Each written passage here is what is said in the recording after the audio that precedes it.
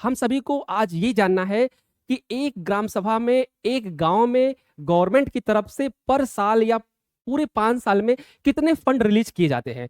हम सभी जानते हैं कि गवर्नमेंट की तरफ से फंडिंग रिलीज की जाती है, गवर्नमेंट की तरफ से अच्छा खासा फंड दिया जाता है, बट कितना दिया जाता है ये एक एवरेज मार्जिन है। कोई कहता है 20 लाख, कोई कहता है 1 करोड़, कोई कहता है 2 करोड़, कोई कहता है 5 करोड़।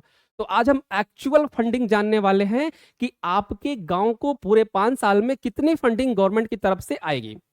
ये गवर्नमेंट की तरफ से फंडिंग आनी है। दूसरा, अगर सरपंच, ग्राम प्रधान, मुखिया के अपने सोर्सेज, अपने पावर उसने यूज किया तो उससे ज्यादा भी फंडिंग गांव में आ सकती है, गांव के विकास के लिए वो काम कर सकता है। तो हम बात करेंगे गवर्नमेंट के डेटा पर कि गवर्नमेंट एक्चुअल में कितना फंड रिलीज करती है एक गांव के डेवलपमेंट के लिए, विकास के लिए। चलिए देखते हैं। सबसे पहले अगर हम बात करें तो उत्तर प्रदेश में किसी भी ग्राम पंचायत को 5 साल में मिलने वाला फंड एक निश्चित राशि होती है जो मिलेगा ही मिलेगा। ध्यान दीजिएगा। क्लियर। अब यह गांव की जनसंख्या, गांव का क्षेत्रफल, वित्त आयोग अनुदान, मनरेगा कार्य, राज्य वित्त आयोग और आवास योजना, जल जीवन मिशन आदि पर निर्भर करता है। तो जो फंडिंग होती है वो गांव की जनसंख्या और गांव के क्षेत्रफल के आधार पर निर्धारित की जाती है। हर गांव को अलग अलग फंड अलॉट किया जाता है। किसके आधार पर?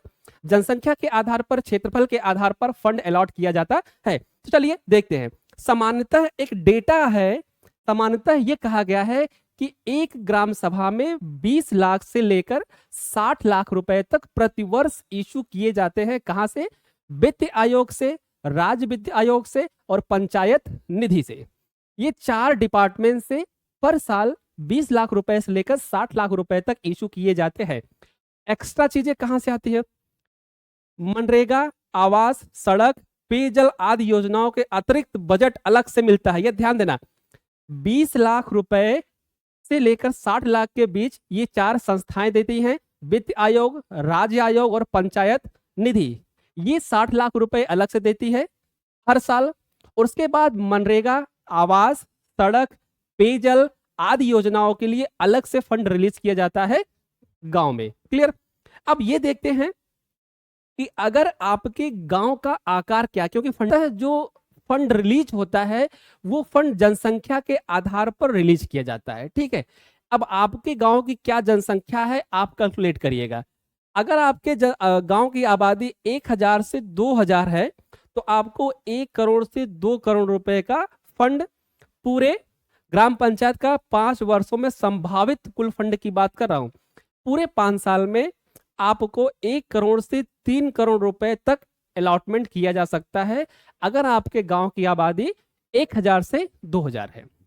अगर मध्यम में जो आता है 2000 से लेकर 5000 तक जनसंख्या वाले गांव को 5 वर्ष में 3 करोड़ से 8 करोड़ रुपए तक फंड अलॉटमेंट किया जाता है। बड़ी आबादी वाले 5000 से प्लस, 5000 से प्लस 8 करोड़ से 20 करोड़ रुपए तक का फंड अलॉटमेंट किया जाता